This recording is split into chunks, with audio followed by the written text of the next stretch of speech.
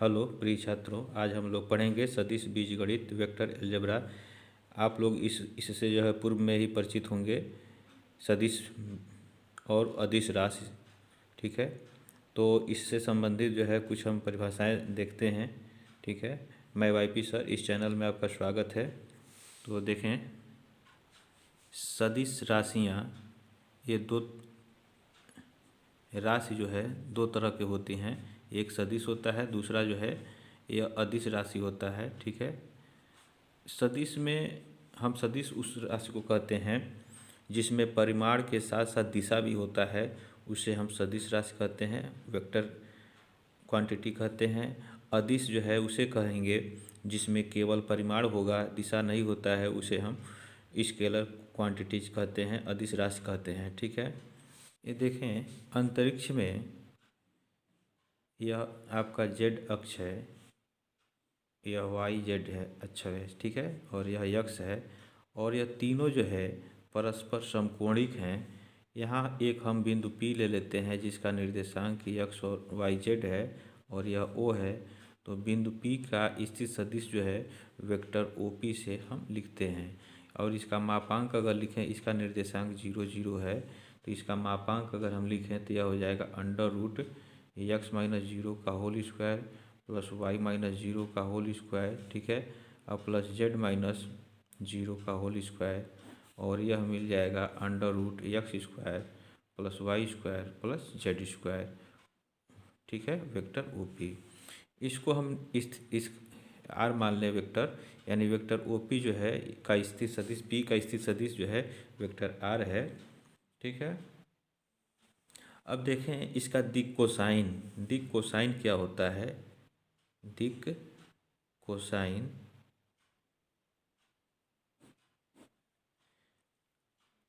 X अक्ष से, यह जो P बिंदु है, OP रेखा है, यह यक्स अक्ष से अल्फा कोण बनाता है। ठीक है, अल्फा कोण बनाता है, और वाई अक्ष से यह बीटा कोण बनाता है। ठीक है, तथा जेड अक्ष से गामा कोण बनाता है।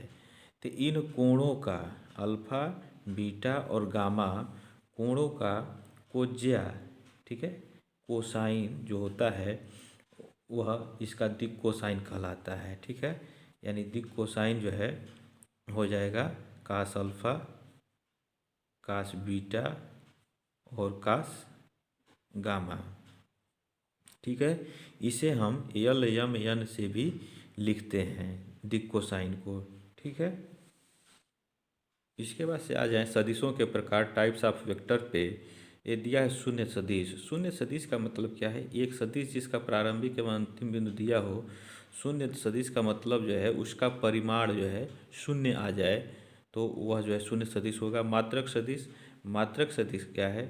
एक सदिश अगर उसका परिमाण एक इकाई आ जाता है, उसका माड अगर निकालते हैं और उसका माड एक इकाई के बराबर आ जाए तो वह मात्रक सदिश होगा। ठीक है, सह आदिम सदिश। सह आदिम क्या है? दो या दो से अधिक सदिश जिनका एक ही प्रारंभिक बिंदु है, सह आदिम सदिश कहलाते हैं। जैसे एक ही बिंदु से वो दोनों सदिश गुजरते हों तो वह जो है सह आदिम सदिश कहलाएंगे। संरेख सदिश, दो या दो से अधिक सदिश यदि एक ही रेखा के समांतर हैं तो वे सदिश संरेख जो है कहलाएंगे। ठीक है, समान सदिश। समान सदिश में यह है कि यदि दो सदिश A और B दिए गए हों तो समान सदिश कहलाएंगे कब? यदि उनके परिमाण और दिशा दोनों जो है बराबर हों तो उसे जो है हम सदिश समांतर समान सदिश कहेंगे।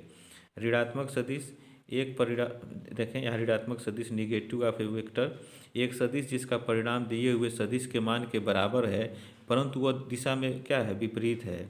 अब जैसे AB यहाँ वेक्टर दिया हुआ सदिश, तो BA जो है इसके ऋणात्मक सदिश कहलाएगा। ठीक है,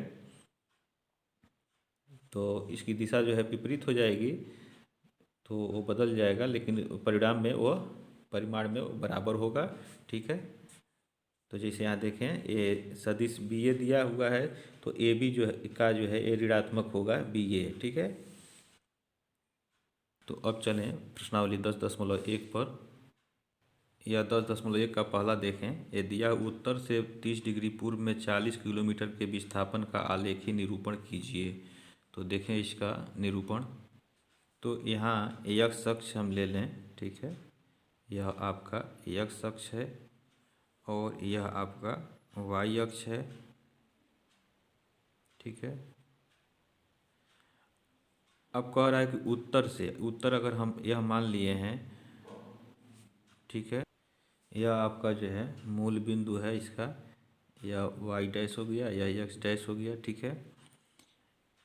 उत्तर से 30 डिग्री पूर्व में, तो उत्तर दिशा अगर यह है और पूर्व यह है, तो उत्तर से 30 डिग्री का बनाएगा कोण, ठीक है। तो 30 डिग्री का आपका जो है यह हो जाएगा 30 डिग्री, ठीक है।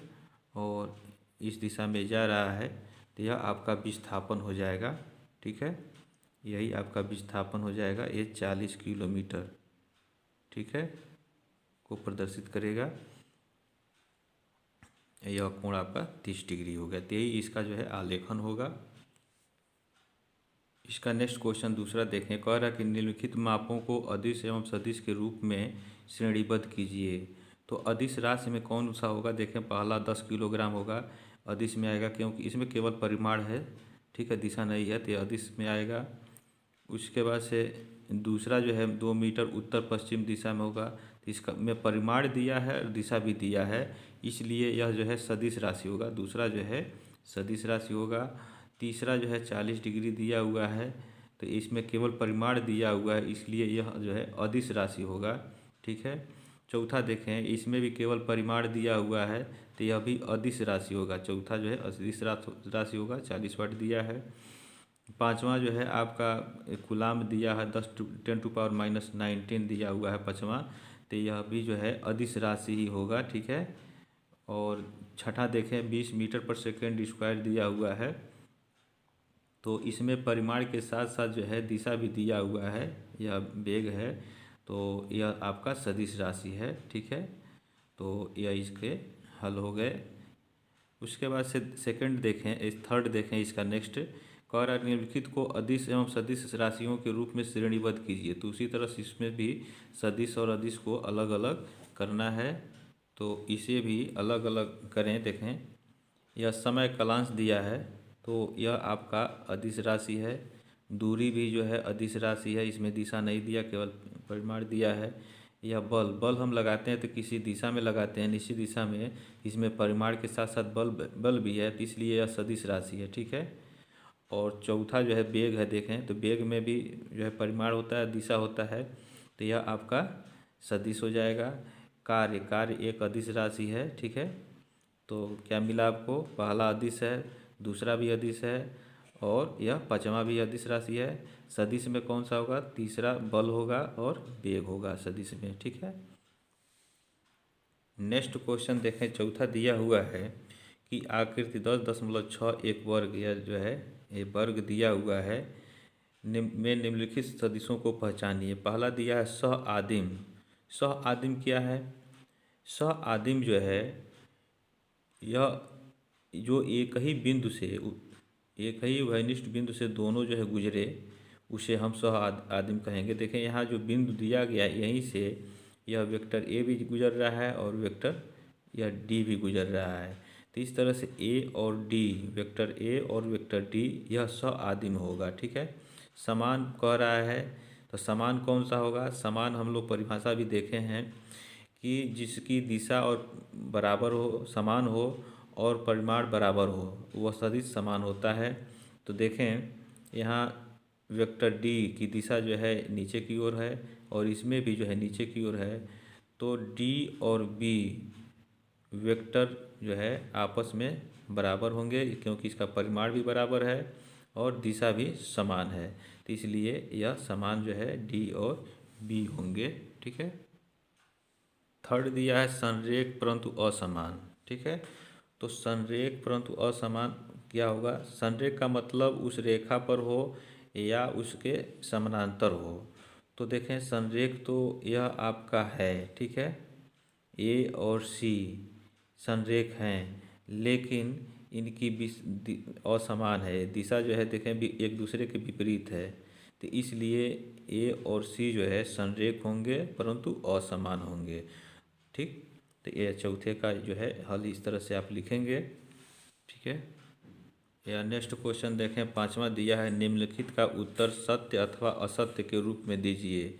यह पहला कह रहा है कि वेक्टर ए तथा माइनस वेक्टर ए संरेख हैं। ठीक है, तो ये संरेख हो सकते हैं। ठीक है, लेकिन यह असमान है। ठीक, दिशा इनकी एक दूसरे के विपरीत है, लेकिन ये संरेख होंगे, तो यह सत्य है। ठीक है, हो सकता है। दूसरा दिया है कि दो संरेख सदिशों का परिमाण सदैव समान होता है। ये आवश्यक नहीं है। ठीक है, दो संरेख सदिश हो, अगर उनकी दिशा विपरीत हो और परिमाण समान हो तो वे संरेख हो सकते हैं। ठीक है, लेकिन देखें यहाँ, अभी यहाँ देख लें, वेक्टर ए और वेक्टर ए संरेख हैं, लेकिन इनका परिमाण जो है बराबर है। यहाँ दो संरेख सदिशों का परिमाण सदैव समान होता है, तो ये आवश्यक नहीं है।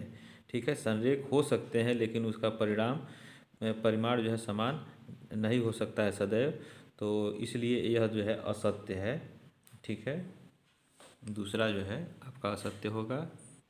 दूसरा देखिए, तीसरा दिया है कि समान परिमाण वाले दो सदिश संरेख होते हैं। यह भी आवश्यक नहीं है कि समान परिमाण हो और वो जो है सदिश संरेख हों, यह भी संभव नहीं है, तो इसलिए यह भी असत्य होगा।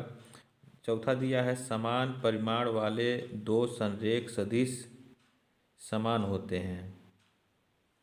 ठीक है, समान परिमाण हो और संरेख हो तो सदिश समान होते हैं, ऐसा नहीं हो सकता है। मान लीजिए उसका दिशा जो है अगर विपरीत हो तभी तो उसका समान परिमाण होगा, तो ऐसे में यह सबके लिए सत्य नहीं होगा। तो इस तरह से यह जो है क्या होगा, यह असत्य में आएगा, यह असत्य होगा। ठीक है, तो इस तरह से यह प्रश्नावली आपका 10.1 जो है ये समाप्त होता है। इसके बाद अगला प्रश्नावली हम लोग अगले वीडियोज में पढ़ेंगे। आपको कोई समस्या हो तो कमेंट बॉक्स में आप कमेंट करें। तब तक के लिए इस चैनल पे आप बने रहें। जय हिंद।